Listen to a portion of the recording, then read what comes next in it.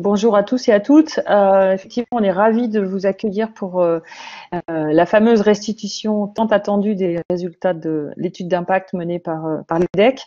Donc, on va déjà, Florence et moi, un peu vous présenter le programme, notamment donc un petit historique, hein, et puis l'objectif du programme, et avec notamment une présentation plus détaillée de la manière dont ça se déroule. Et peut-être encore plus particulièrement cette année compte tenu de la crise sanitaire.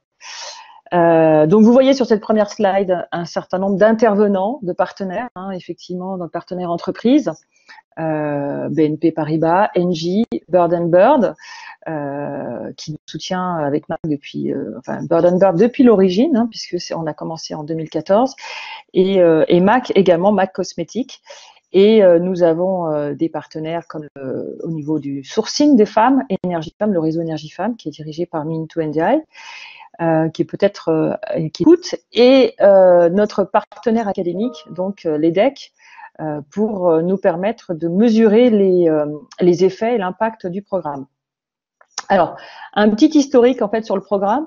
Le programme est né en 2014 au sein du club, à travers en fait la conviction que les femmes issues de la diversité avaient de plus grandes difficultés que les hommes à évoluer dans leur carrière. Alors, c'est une conviction qui s'est forgée en fait à travers différents témoignages, et qu'on a également pu mesurer aussi à travers une réalité statistique. Donc ça, c'est la slide suivante, on peut regarder.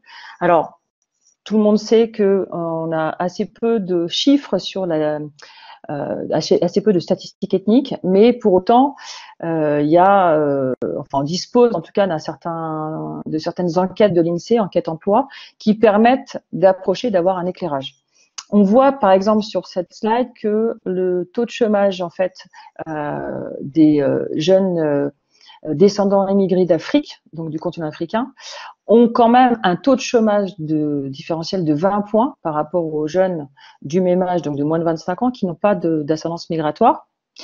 On voit, si on s'intéresse plus particulièrement aux femmes, qu'elles ont les mêmes difficultés que les hommes. Donc, effectivement, par rapport aux femmes sans ascendance, elles ont un taux de chômage beaucoup plus important. Et le taux d'activité, donc si on le rapproche aux descendants d'immigrés, le taux d'activité des femmes est également plus faible pour les femmes que pour les hommes par rapport, de 9 points comme on voit ici. Alors on pourrait se dire que c'est peut-être un problème de diplôme. Alors si on regarde la slide suivante, on voit en fait que les descendants en fait d'immigrés sortent diplômés du système scolaire, mais avec une différence de 10 points par rapport aux autres natifs. Mais pour autant, quand on regarde un niveau de diplôme de l'enseignement supérieur, un niveau de licence et plus, en fait, le diplôme ne les protège pas parce que le taux de chômage est de 14,1% pour les descendants d'immigrés, quand il est seulement de 4,6% pour des Français nés de parents français. Donc, on voit bien que évidemment, plus on est diplômé, mieux on s'en sort, mais pour autant, ça ne protège pas complètement. Et alors, si on regarde plus précisément l'évolution de carrière des femmes, là, on a un chiffre qui est un peu plus récent de l'INSEE, une étude de 2017, prochaine slide, qui pointe en fait du doigt les difficultés pour les femmes issues de l'immigration, et plus particulièrement les femmes d'origine maghrébine. En fait, on voit qu'elles ont 12% de chances en moins d'accéder à des salaires de plus de 3 000 euros.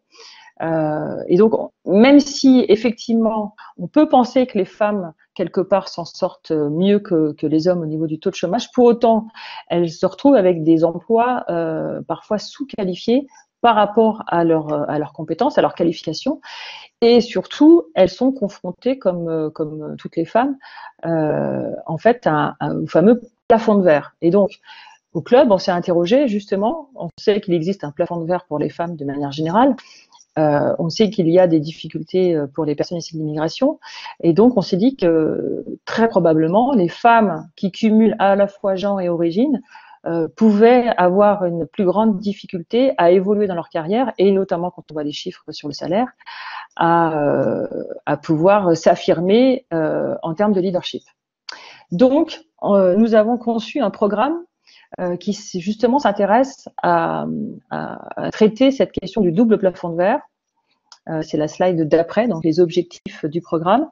L'enjeu pour nous, c'est en fait de travailler sur les limites en fait qui s'imposent aux femmes, parfois bien souvent de manière inconsciente, et donc des limites qui s'imposent à elles soit du fait de leur origine, soit du fait de leur genre.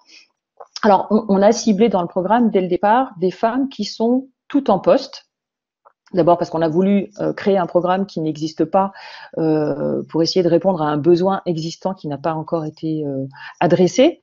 Donc la plupart des associations ou des organisations qui œuvrent sur l'égalité des chances en général travaillent sur les jeunes diplômés ou pendant la période scolaire, mais vraisemblablement, quand on est dans l'entreprise et qu'on est en poste, et si on n'est pas détecté dans l'entreprise comme potentiel, on peut passer au travers des mailles du filet de la RH et des évolutions professionnelles. Et en fait, nous, c'est ça qui nous intéresse, c'est de pouvoir accompagner des femmes qui sont en poste, donc qui n'ont pas de problème de chômage, proprement dit, d'insertion professionnelle, mais qui ont des difficultés dans leur poste à s'affirmer et à exprimer aussi leurs compétences, à exprimer une confiance en soi pour pouvoir progresser. Donc, ce sont des qui viennent de tous les horizons, alors que ce soit organisations privées, publiques, une majorité quand même d'entreprises, une majorité de femmes cadres, une très grande majorité même de femmes cadres, mais des femmes qui viennent de secteurs d'activité extrêmement variés, majoritairement quand même de plus grandes entreprises. On a quelques PME, voire des avocates aussi, des libéraux, mais en tout cas plutôt des grandes entreprises. Alors, on va dans le programme en fait attaquer plusieurs sujets. Le premier sujet, c'est l'autocensure en fait. Ce sont les limites que les femmes ont intériorisées par des croyances qui sont soit inculquées par l'éducation. On a tendance à pouvoir protéger les jeunes femmes, par la culture aussi, l'environnement familial qui finalement va nourrir certaines croyances auto-limitantes qui font que les femmes vont avoir du mal à se positionner ou à s'affranchir en fait de l'image qu'on leur projette et qui vont peut-être éloigner les femmes de manière générale de certains types de postes ou de prise de responsabilité qui pourraient apparaître un peu plus pour les mettre en difficulté, on va dire. Donc, il y a une difficulté, un manque de confiance en fait dans sa capacité à évoluer qui peut être entretenue par toutes ces croyances limitantes. Une peur aussi de s'affranchir de son éducation et de sortir de sa zone de confort et une difficulté à s'affirmer et à se positionner dans l'organisation. Avec ça, il y a aussi toute la notion des codes culturels et sociaux de l'entreprise qui peuvent être éloignés justement de l'éducation et de la culture des jeunes femmes, ce qui fait que malgré le diplôme, malgré l'éducation, la formation, certaines peuvent avoir un sentiment de décalage et même un sentiment d'illégitimité avec le fameux syndrome de l'imposteur, ce qui fait que la difficulté pour progresser vient du fait qu'on peut avoir l'impression que la marche est extrêmement haute à gravir et avoir des craintes, une peur de l'échec, donc ne pas forcément oser y aller. Donc, au final, la trajectoire professionnelle de ces femmes peut rester relativement timide et même en inadéquation avec le niveau de formation, de compétences et de potentiel. Et une difficulté pour ces femmes, non pas d'y arriver, mais une difficulté à se projeter et à se percevoir comme étant capable, on va dire, d'y arriver et de réussir. Donc le programme, en fait, a plusieurs ingrédients. Alors, slide d'après, il y a plusieurs ingrédients. Non, alors c'est celle-ci. 3 ingrédients. Le premier, donc, c'est une relation mentorale. C'est un programme au départ qui a été pensé et conçu pour être un programme unique de mentoring, mais qui s'est petit à petit enrichi avec du mentoring, mais aussi au-delà de ça, un certain nombre d'éléments de coaching. Florence y reviendra tout à l'heure.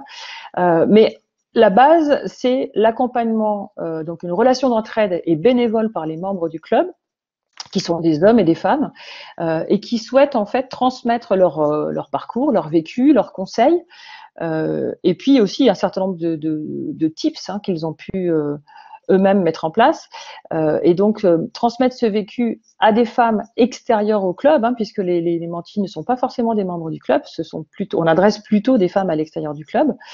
Et donc l'idée, c'est d'apporter ce feedback objectif, bienveillant, qui soit complètement hors cadre professionnel et qui du coup ne comporte aucun enjeu. C'est totalement gratuit. Il n'y a pas d'échange. Enfin, je veux dire, il y a un échange totalement bénévole et free, mais il n'y a pas d'enjeu aussi. C'est peut-être justement une relation inédite entre une femme et son mentor, qu'elle ne connaît d'ailleurs pas avant de le rencontrer à travers le programme. Et c'est donc une relation un peu hors norme, qui n'a pas de, il n'y a pas d'enjeu, il n'y a pas de risque.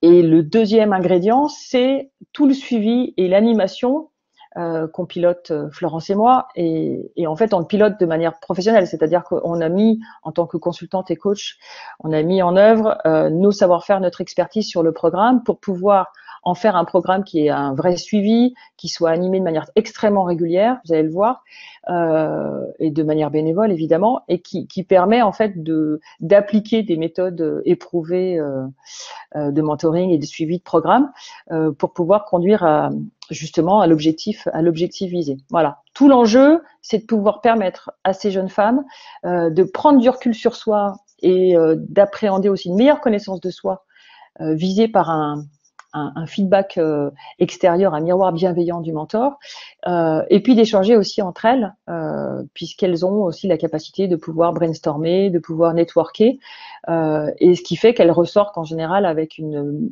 meilleure connaissance de leur potentiel. On va le voir d'ailleurs avec l'étude que nous présentera Agère tout à l'heure. Voilà, donc je laisse la parole à Florence pour nous préciser un peu plus en détail le déroulé de l'animation. Merci Ingrid. Donc j'essaye de basculer la slide suivante. Super. Merci Ingrid. Donc comme le disait Ingrid, effectivement, le programme c'est un programme de mentoring, mais pas seulement. Nous avons un accompagnement qui dure, on va dire, environ 8 mois.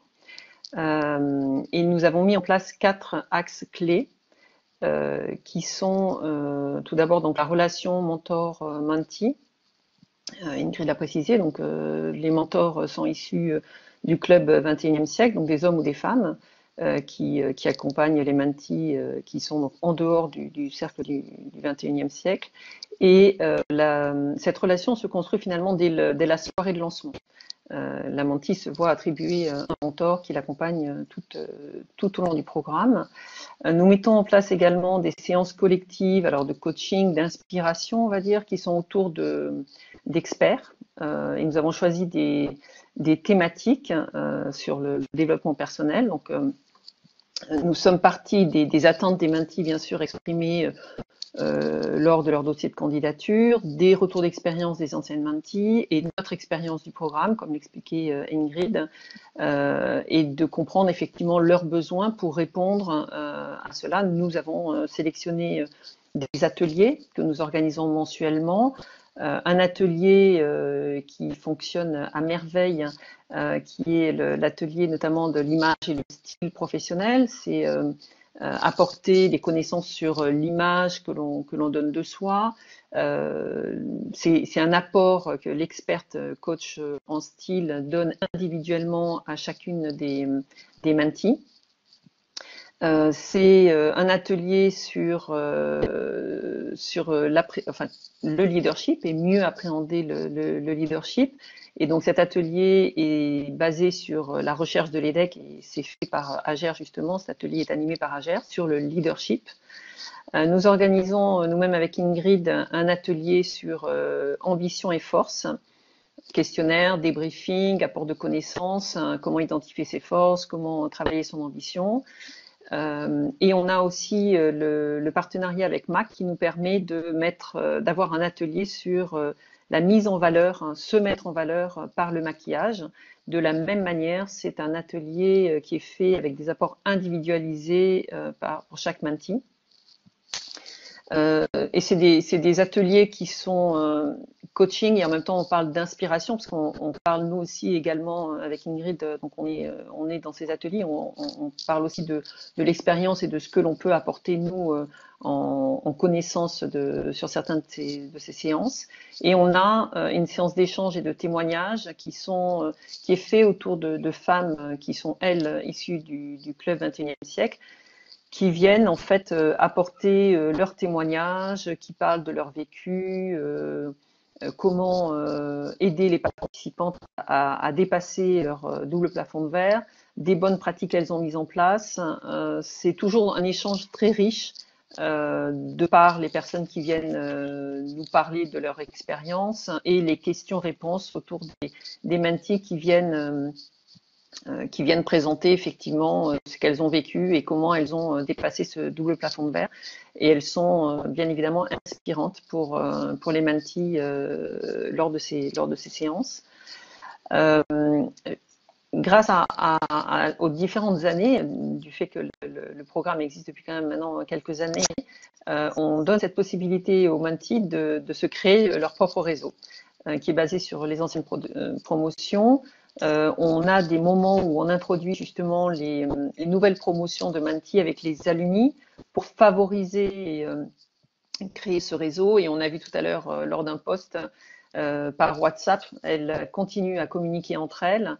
Elles échangent des bonnes pratiques, elles échangent des expériences individuelles. C'est quelque chose de très riche. Enfin, là-dessus, on ne s'immisce pas avec Ingrid, mais on sait que c'est un énorme apport et c'est quelque chose d'important pour nous de pouvoir créer cette mentee alumni, on va dire.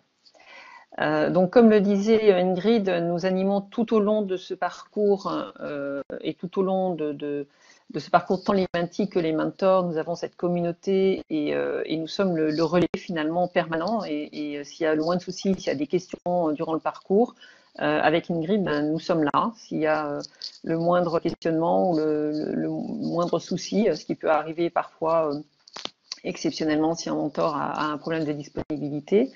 Voilà, ça nous permet aussi à nous régulièrement avec Ingrid d'échanger aussi d'avoir un regard croisé et de pouvoir suivre de façon personnalisée les mentees. Donc c'est quelque chose d'important aussi pour nous de vérifier que l'ensemble de cette communauté fonctionne bien tout au long du programme. Et nous sommes accompagnés de l'EDEC. Pour nous, c'était quelque chose d'important les premières années, on savait effectivement qu'on avait des retours et on travaillait avec les mentees sur ce retour factuel ce retour d'expérience, de comment elles ont vécu et le avant et le après. Mais grâce à l'EDEC et à l'évaluation académique de l'EDEC, nous avons cette capacité d'avoir quelque chose de mesuré et donc Agère le présentera justement spécifiquement juste après. C'est quelque chose d'important pour nous et c'était quelque chose d'important effectivement pour nous. Donc pour donner un peu une idée d'un calendrier année type, on va dire, on a un programme de mentoring démarre finalement par la constitution des binômes. C'est une soirée très importante pour nous parce que c'est une soirée où nous passons un peu de temps avec le comité de sélection qui sont des membres du club 21e siècle. Et nous constituons ces binômes mentor-nouvelle mentee à partir des connaissances professionnelles, personnelles que nous connaissons des mentors, le dossier de candidature des mentees, le CV des mentees. Et jusqu'à présent, on a eu toujours des belles surprises et des bons retours sur... c'était une révélation et c'était mentor-mentee, c'était vraiment la personne que l'on attendait. Donc, on commence à avoir la bonne connaissance des bons binômes. Quelque chose d'important également, c'est notre kick-off, parce que durant le kick-off, on fait venir des alumni, on présente le programme bien sûr aux mentors, aux mentees, même si les mentors, on a beaucoup de mentors qui sont déjà habitués et qui ont cette expérience, mais on rappelle les règles, les bonnes pratiques, et surtout on dévoile les binômes mentor-mentee, et c'est dès cette soirée-là qu'on démarre le programme où le binôme se forme et on leur donne quelques petites questions, quelques petits tips pour démarrer la relation dès cette soirée. Donc, qui est vraiment une soirée de kick-off très importante pour nous. Nous organisons bien évidemment ce que je vous disais sur les ateliers de façon mensuelle, de façon à avoir un échange régulier avec les mentees, de les voir du coup régulièrement, de savoir comment ça se passe, leurs relations et y avoir des feedbacks sur leurs ateliers. Et nous avons aussi un point avec les mentors qui est important pour nous de façon à répondre aux questions, aux peut-être doutes dans certains cas. Disons aussi du coup ça permet d'avoir un échange croisé les uns par rapport aux autres. Et nous, Ingrid comme moi-même, nous sommes référents pour ces mentors, hein, de façon à ce que s'il y avait le moindre souci, nous les contactons également et nous prenons en compte leurs questions. C'est un moment fort avec notamment le partage sur le guide de mentoring pour être un peu guidé aussi. Mais voilà, les mentors sont vraiment excellents et on a beaucoup de chance d'avoir des mentors aussi forts dans ce programme également. Donc on a effectivement ensuite une réunion de bilan. Donc ça c'est Ager vous donnera plus de détails effectivement et nous-mêmes on fait des feedbacks avec les mentees et la réunion de clôture qui nous permet de marquer et de célébrer la fin de ce programme et que l'on espère pouvoir faire de façon physique cette année également. Donc justement, pour revenir un peu sur cette année un peu atypique, on va dire, elle a été atypique dans un sens, c'est qu'on a démarré, on a tout lancé en présentiel et puis on a dû innover avec Ingrid. On s'est retrouvé dans la situation comme tout le monde, Covid, tout le monde à distance, renfermé, et on s'est dit, voilà, on n'a pas le choix, il faut absolument qu'on fasse en sorte que les mentees puissent continuer, que les mentors puissent continuer d'être accompagnés. Donc on a transformé nos ateliers en ateliers à distance.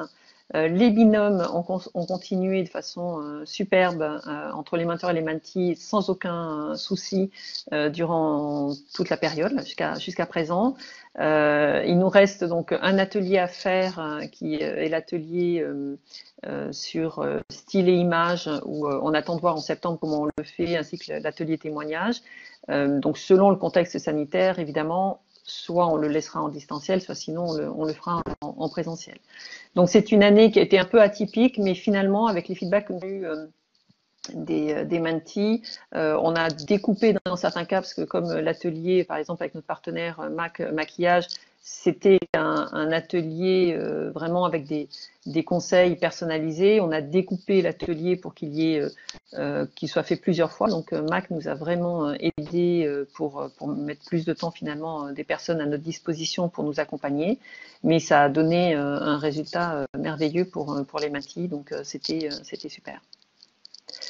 Voilà l'idée un peu de ce calendrier. Donc, Ager maintenant va nous présenter la restitution de l'étude et donc nous la remercions de nous accompagner sur cette restitution parce que c'est important pour nous, une fois qu'on a constitué ce programme, d'avoir quelqu'un qui puisse, avec un regard externe et on va dire de façon actuelle, hein, une personne puisse mesurer, finalement quantifier ce qui a été fait.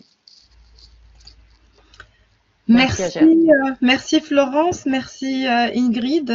C'était très important de poser ce cadre et j'ai demandé vraiment à Ingrid et à Florence d'expliquer très exactement le pourquoi, la genèse, etc.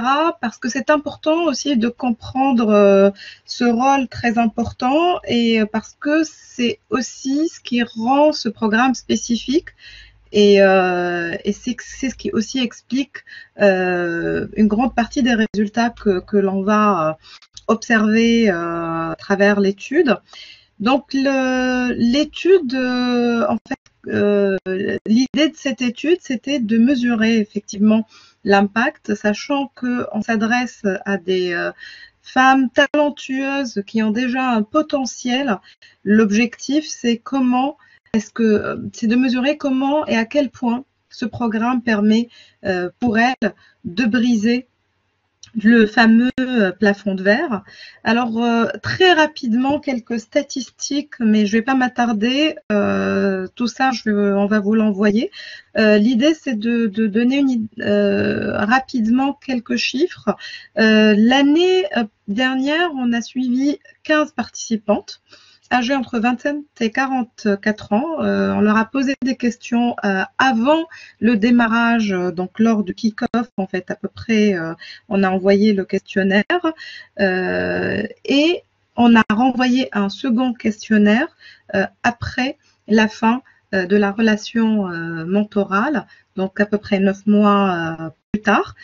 Nous avons aussi conduit avec chacune des entretiens à la fin. Donc, comment elles se définissent? Voilà, vous le voyez, elles se définissent évidemment comme françaises, parce que beaucoup aussi sont nées en France, hein, les 2/3, mais même celles qui sont nées en France, elles se définissent aussi originaires d'Afrique, Moyen-Orient, etc., ce qui souligne aussi la dimension diversité de cet échantillon. Alors, entre 3 et 19 ans d'expérience professionnelle, avec une moyenne de 11 ans, avec différents vraiment secteurs d'activité. Cette année, on a une surreprésentation, plutôt l'année dernière, on a eu une surreprésentation des institutions financières. Mais normalement, voilà, il y a une grande diversité aussi de ce point de vue-là, et le programme s'adresse à toute personne qui travaille dans n'importe quel secteur, quelle que soit sa fonction également. Alors, en ce qui concerne les mentors, ce qu'il faut savoir, c'est que évidemment, c'est un programme où un mentor suit une mentie, donc ce qui explique qu'il y a 15 mentors, avec une presque parfaite égalité. On pourra jamais l'avoir avec un membre impair, mais on avait 7 femmes et 8 hommes mentors, qui aussi avaient entre 13 et 33 années d'expérience, avec une moyenne de 23 ans. C'est important que entre le mentor et le menti, il y ait une certaine seniorité du mentor. D'un côté, parce que c'est là qu'il y a aussi l'effet expérience, l'effet légitimité. Mais il y a un travail qu'ont expliqué donc Florence et Ingrid pour matcher le mentor et le menti, et qui est très important à faire et de manière attentive. Alors, les mentors, ils ont, certains d'entre eux, eu déjà une expérience de mentoring, mais pour 10 d'entre eux, c'était leur première expérience. Alors, en ce qui concerne les objectifs des mentis, il y en avait plusieurs. On a résumé en 4 principaux objectifs en donnant quelques verbatims.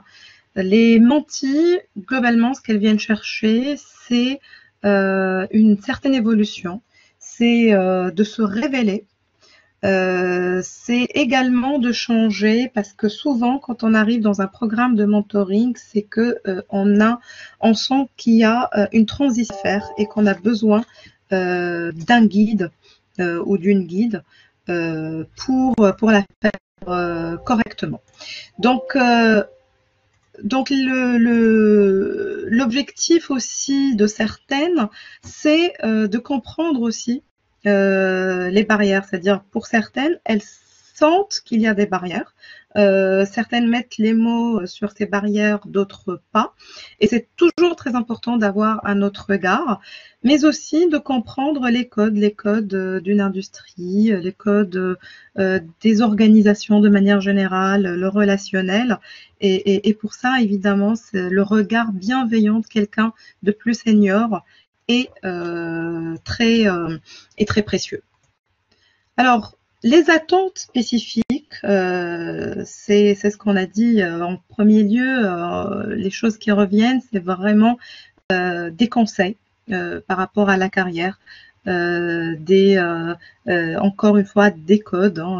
Comment, parce qu'évidemment, on sait tous qu'il y a des codes qui sont évidents et clairs, mais il y a aussi des codes qui sont moins visibles et dont tout le monde n'est pas conscient, et c'est important de les connaître et de s'en apercevoir et d'en tenir compte, surtout si on a besoin d'aller plus loin. La relation de confiance est quelque chose de très important, et c'est une des grandes caractéristiques de cette relation de mentoring du programme révélateur.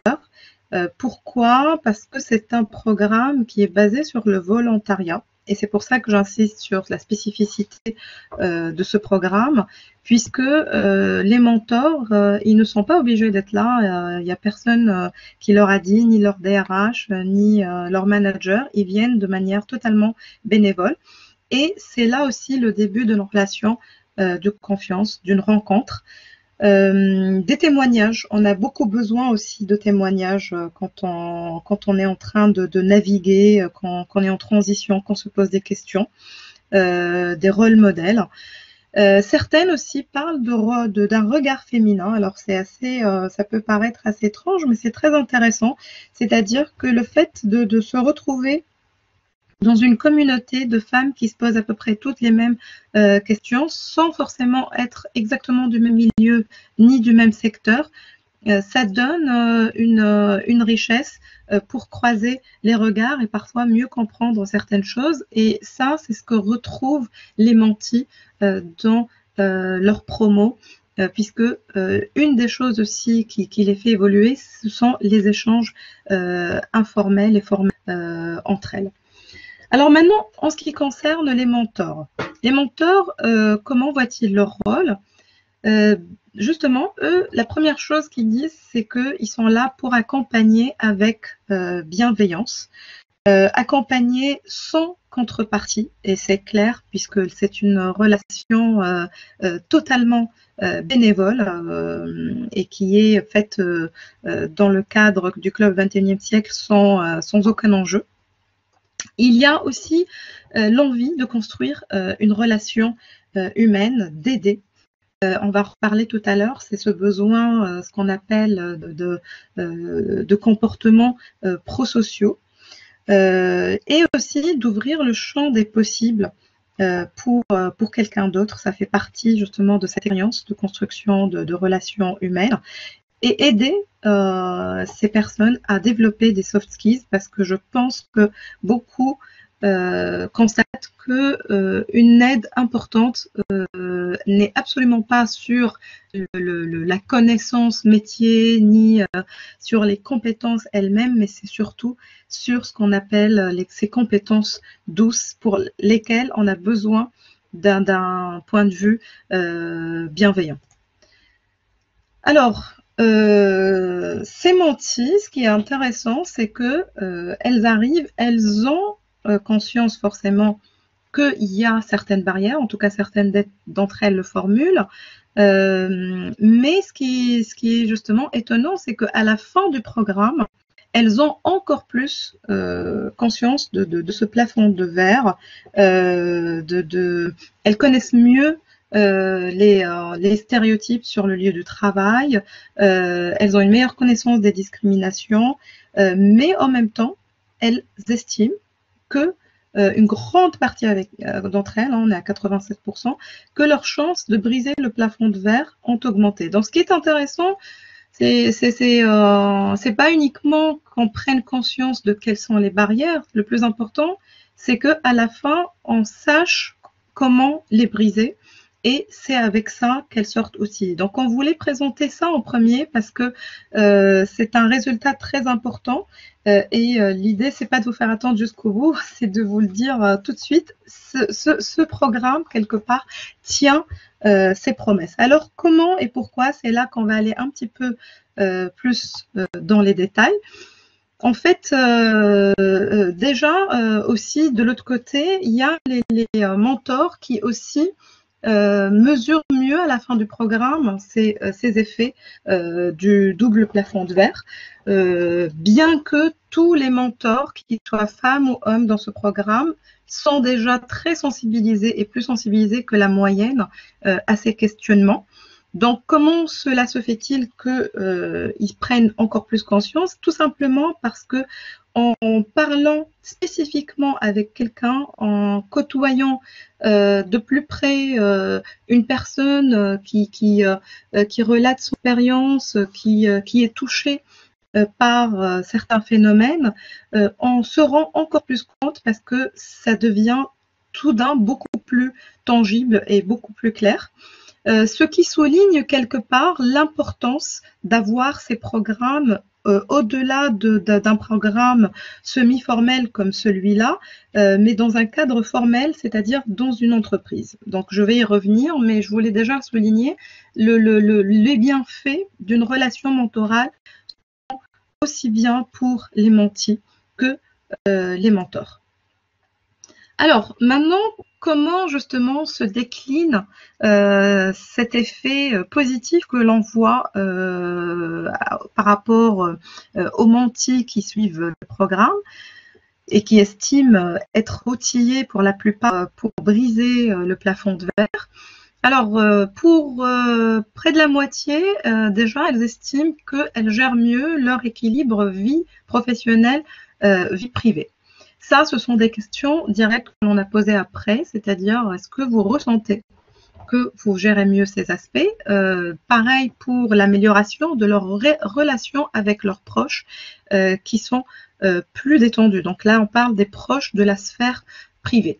Alors ça, ce sont des questions directes. On a aussi mesuré la même chose d'une façon indirecte à travers des questions posées au début et à la fin et où on a fait un calcul de score et de moyenne.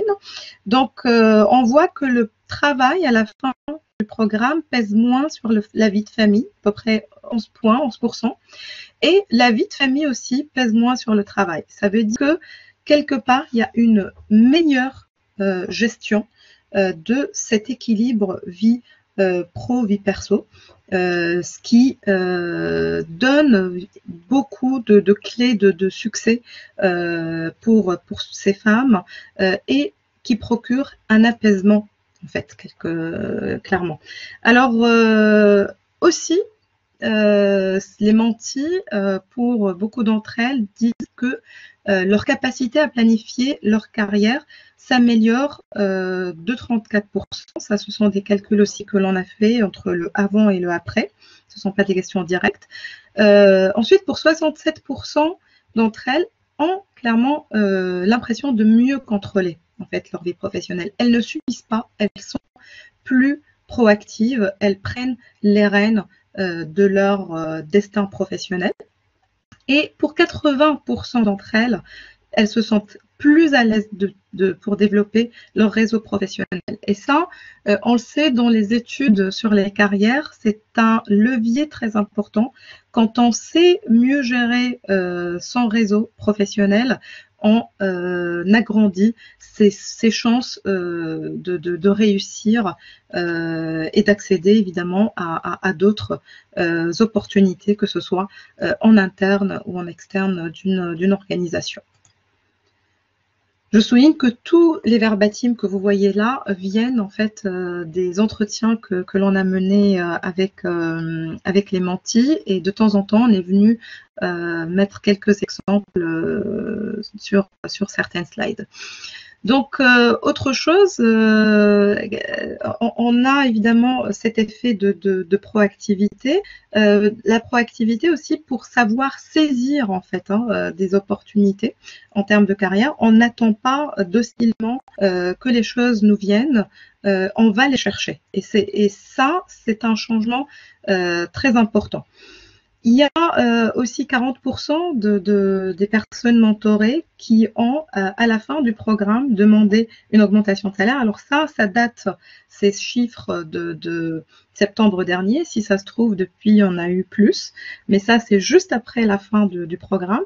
Et 60% d'entre elles ont demandé une promotion. Alors, je prends juste quelques minutes pour expliquer. Ce n'est pas le but en soi. En fait, on ne démarre pas ce programme en leur disant il faut, à la fin du programme, demander une augmentation. Jamais. Je pense qu'il n'y a pas ce but clair ni direct, en fait.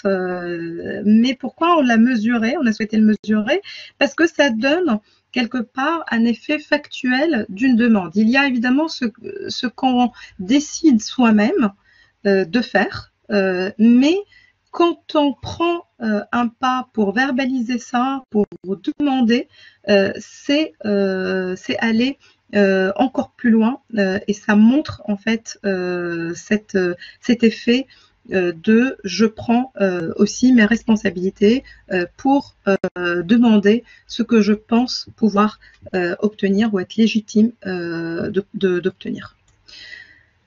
Alors, un effet très très intéressant, et ça évidemment pour les personnes elles-mêmes, mais s'il y a des DRH ou des managers qui nous écoutent, c'est un effet vraiment très intéressant. Moi, je connais beaucoup de DRH et de managers qui chercheraient cette potion magique pour booster l'engagement et la performance de leurs collaborateurs. Et clairement, là, on mesure cet effet-là. Déjà, la satisfaction au travail s'accroît de 20%, et ça, c'est une mesure indirecte, en fait. Et ensuite, en mesure directe, on a près de 90% des mentis estiment déjà que leur bien-être au travail vraiment amélioré après le programme. Les 3/4 d'entre elles constatent une amélioration de leur qualité de relation avec leur entourage professionnel. Tout à l'heure, vous avez vu l'amélioration de la qualité des relations avec l'entourage privé, personnel, et là on est encore au-dessus, pratiquement 25% de plus. Ce qui est vraiment très intéressant, ça veut dire que potentiellement il y a une meilleure ambiance, il y a moins de conflits au travail, il y a moins de frustration. 67% d'entre elles se sentent plus motivées au travail, et surtout 67% voient leur performance au travail évoluer positivement. Alors que là, le programme ne portait pas directement ni sur la motivation, ni sur aucune des formes d'engagement. Donc, ce sont des répercussions qui découlent de ce qu'elles ont vécu durant le programme de mentoring. Alors, il y a quelque chose de très important sur laquelle ce programme clairement agit et qui explique une grande partie de ces réussites, c'est la confiance en soi, que l'on a évaluée au début et à la fin, de manière indirecte, à travers des questions indirectes et des questions aussi directes. Et qu'est-ce qu'on voit? Première chose, de manière générale, l'indicateur estime de soi bondit de 10%, ce qui est énorme en si peu de temps. On le sait parce que l'estime de soi, c'est pas quelque chose qui bouge aussi facilement, aussi rapidement. Au début du programme, il y a quelques personnes qui ont une confiance en elles très faible. C'est ce qu'on voit dans cette figure, dans les bâtons en jaune. Et il n'y en a aucune qui est dans la zone très forte. Et à la fin, il y en a finalement aucune qui est dans la zone très faible, et on commence à conquérir la zone très fort. Et évidemment, surtout, on accroît la zone moyenne. Et plus intéressant encore, c'est que quand on demande directement aux intéressés, elles répondent qu'elles voient cette confiance qui s'est améliorée. Mais surtout aussi, elles ont ce sentiment de mieux se connaître. Et ça, c'est une chose qui est clairement une clé en fait dans une relation mentorale où il y a une certaine réflexivité et où forcément avec le regard d'une personne bienveillante, on analyse qui on est et comment on est perçu, et on finit par mieux se connaître. Donc ça, c'est très très intéressant.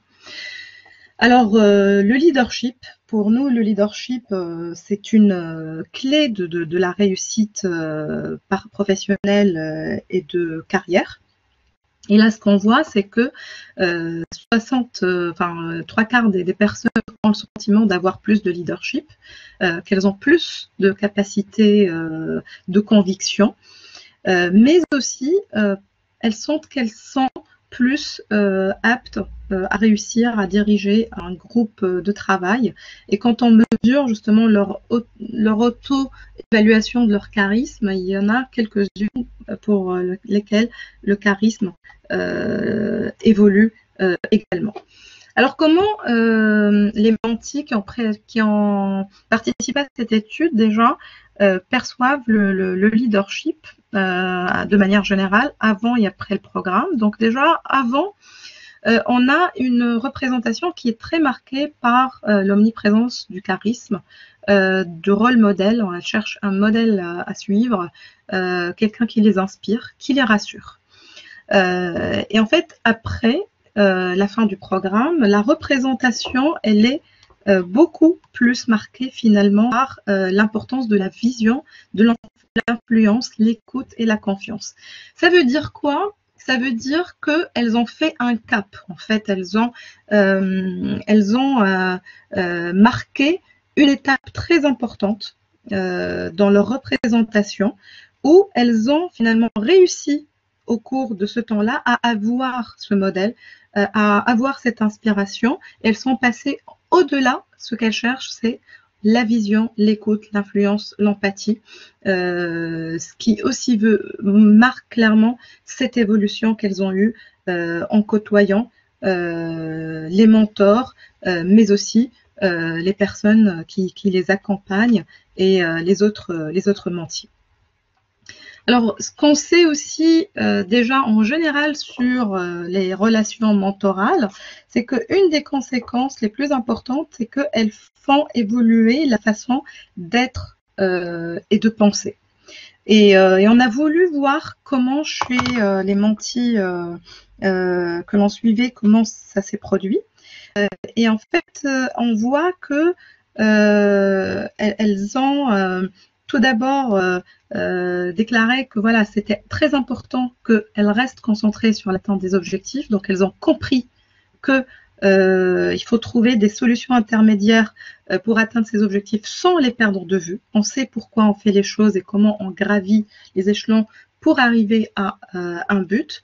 Elles sont plus à l'aise aussi de se dresser contre l'intolérance, et ça, c'est quelque chose de très important, parce que tant que on accepte de manière consciente ou inconsciente l'intolérance, l'exclusion, la discrimination de manière générale, ou même les stéréotypes, hein, les petites blagues sexistes, racistes et autres, on a du mal à vraiment dépasser ça. L'idée, c'est pas de faire que tout le monde, évidemment, aille défiler tout de suite dans les rues. Enfin, chacun fait ce qu'il veut, mais c'est pas l'objectif en soi. L'idée, c'est que chacun le refuse pour soi, aussi pour celles et ceux qui sont autour, et qu'il arrête et qu'elle arrête de l'accepter pour franchir une étape. Mais tout ça, évidemment, en sachant agir de manière diplomate, correcte. C'est très important pour réussir, tout en prenant du recul et un moment pour réfléchir avant d'agir. Et ça, c'est ce qu'on voit en particulier comme changement dans les attitudes. Alors enfin, ce qu'on a voulu aussi revoir avec les mentis, c'est est-ce qu'à la fin, elles-mêmes, elles étaient heureuses, contentes, satisfaites du programme. Et il y a une note de satisfaction qui est vraiment très importante. Donc, le club 21e siècle et Florence et Ingrid peuvent être fiers avec 8,8 sur 10. Et puis, les mentors et les mentis aussi peuvent être fiers parce que aucune des parties n'a perdu son temps et ça a généré des effets extrêmement positifs. Et surtout, l'objectif déterminé au début du programme, puisqu'il y en a un, il est atteint en moyenne à 78%, sachant encore qu'on est dans des horizons vraiment très moyen court terme. On est sur quelques mois de programme, donc c'est assez extraordinaire. Alors, c'est un programme donc qui finit par être recommandé, et c'est pour ça qu'il continue en fait, hein, et que tous les ans il y a de plus en plus de personnes qui viennent. C'est un marqueur de réussite, et là on voit quelques citations pour aussi expliquer pourquoi en fait, qu'est-ce qui permet de dire que je suis contente et je recommande, parce que voilà, j'ose par exemple, je me laisse traîner, j'ai pu prendre du recul sur ma carrière, je m'autorise d'être ambitieuse, etc., etc. Alors, ce qu'on a voulu aussi voir, ce sont les mentis des anciennes promotions, puisque nous avons commencé à mesurer uniquement à partir de la promo 2019. Il y a eu deux promotions avant et on les a aussi interrogées. Et ce qui est très très intéressant, c'est qu'on voit qu'il y a un cercle vertueux. C'est-à-dire que ce qu'on voulait voir, c'est ce que ces bénéfices restent ou pas. Et clairement, ce sont des bénéfices qui restent, qui aussi produisent un cercle vertueux, puisque ces femmes gardent cette dynamique, cette note positive, cette envie d'y aller, et elles-mêmes deviennent un modèle pour d'autres. C'est ça qui est très intéressant, et elles sont capables d'aider d'autres. Des bénéfices qui sont concrets et durables, hein, sur 2-3 ans, où les femmes nous relatent des réussites qui vont s'accentuant. Et aussi, on voit cet effet, comment comprendre et se libérer de ses propres carcans, se libérer de ses propres aussi autostéréotypes, ça dure. Donc ça, c'est très intéressant, ça veut dire que même après la fin du programme, on garde des bénéfices. D'ailleurs, quand on leur demande aussi de manière concrète, celles qu'on a interrogées, plus de la moitié d'entre elles aussi ont de demander une augmentation qu'elles ont obtenue. Une aussi promotion, plus de la moitié l'a obtenue, ce qui veut dire clairement qu'elles étaient légitimes. C'est que juste, elles n'osaient pas avant. Et pratiquement 80% se sentent plus proactives. Pareil, hein, le même effet. Et il y a une grande partie qui a changé de travail, soit en interne, soit en changeant d'organisation. Encore une fois, c'est pas le but ultime de ce programme, mais ça veut dire quoi? Ça veut dire que si la personne sent qu'elle est arrivée à ses limites, à un travail dans une organisation, elle ne va pas rester malheureuse et sans efficacité. Elle va chercher à aller ailleurs, ce qui est bon aussi bien pour l'organisation et la personne. Mais ce qui veut dire aussi que les organisations doivent mieux détecter les talents et leur donner des opportunités avant qu'elles ne partent. Alors, au niveau de la performance, pareil, ce sont des effets qui durent sur les mentis des précédentes années, puisque voilà, près de 90% pensent que leur performance a évolué de manière positive depuis leur participation, donc ils remontent à 1 an ou 2 ans, ou 3 ans même. Il y en a aussi beaucoup, 71%, qui mentionnent un surcroît de motivation depuis Révélateur, donc ça ne concerne pas uniquement les nouvelles qui viennent de bénéficier du programme, ça dure. Le sentiment aussi d'avoir plus de leadership, c'est assez impressionnant. On est aussi à des taux très très importants. Et aussi les capacités à convaincre, c'est même plus important que juste à la sortie du programme, ce qui veut dire qu'avec un peu plus de temps et de recul, on continue à améliorer son leadership. Donc, quelque part, c'est ce qui leur a, pour résumer ça, c'est que c'est un déclencheur d'un processus d'apprentissage continu. On sort du programme, mais on continue. Donc, part d'entre elles ont développé de nouvelles compétences, 71%, leadership, communication, connaissance de soi, écoute, empathie, c'est assez intéressant, hein. 80% pratiquement ont participé à un programme de formation. Ça veut dire qu'elles ont pris le pas de se dire j'ai fait le bilan et il me manque ça, ça et ça pour atteindre mes objectifs.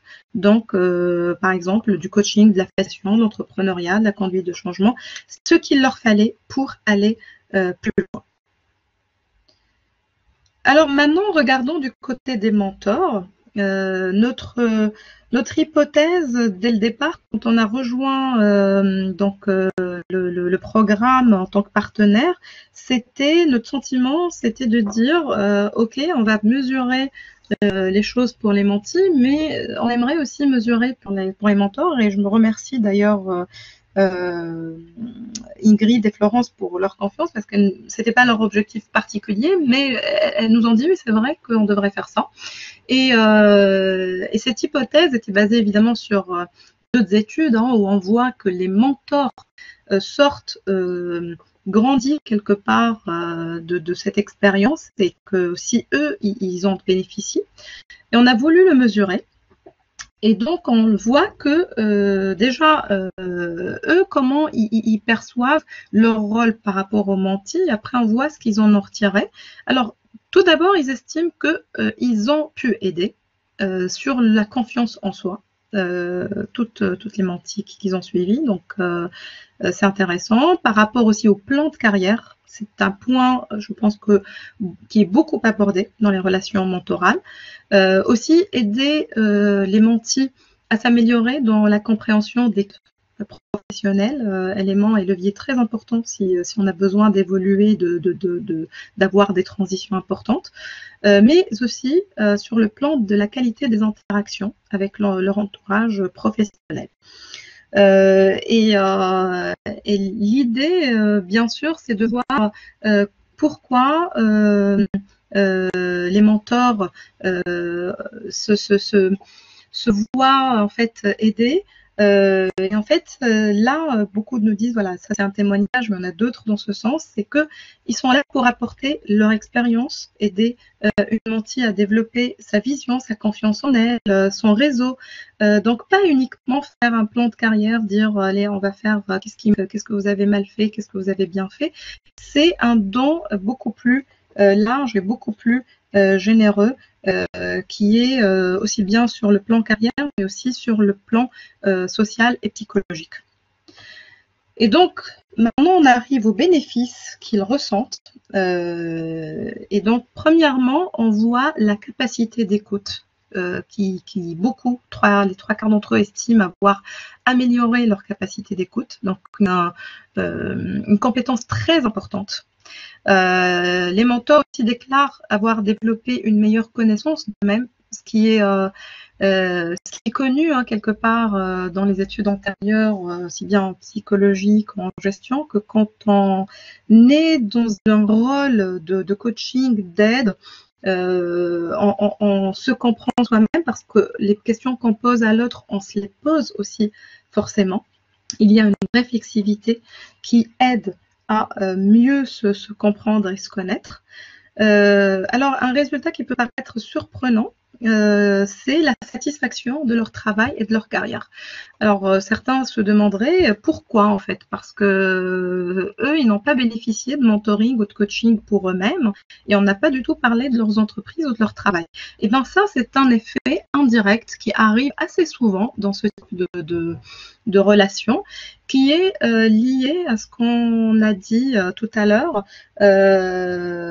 quand j'ai parlé de comportements prosociaux. En fait, les comportements prosociaux, ce sont les comportements humains de soutien, de réconfort, de partage. Ça peut être du don de soi, aussi de l'argent, de la coopération. Ça peut être du lien social, tout simplement, où il y a un objectif altruiste d'aider les autres. Et ça, c'est quelque chose qui est étudié depuis en psychologie sociale, où on voit que les personnes qui aident les autres deviennent plus heureuses dans leur vie.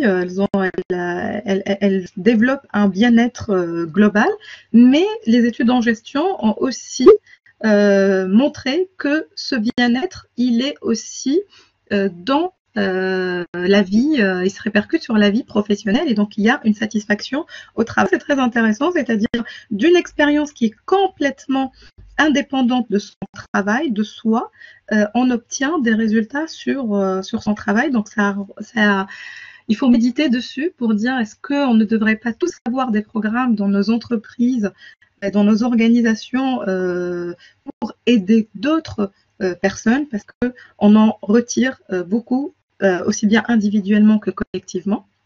Il y a 36% qui estiment aussi mieux à répondre aux attentes de leurs collaborateurs. Donc là, on est clairement sur des choses dans la relation managériale et de l'efficacité. Mais aussi, il y a une performance au travail qui s'accroît pour une partie d'entre eux, et ça doit être un effet indirect lié justement à cette satisfaction du travail et comment on se comprend soi-même.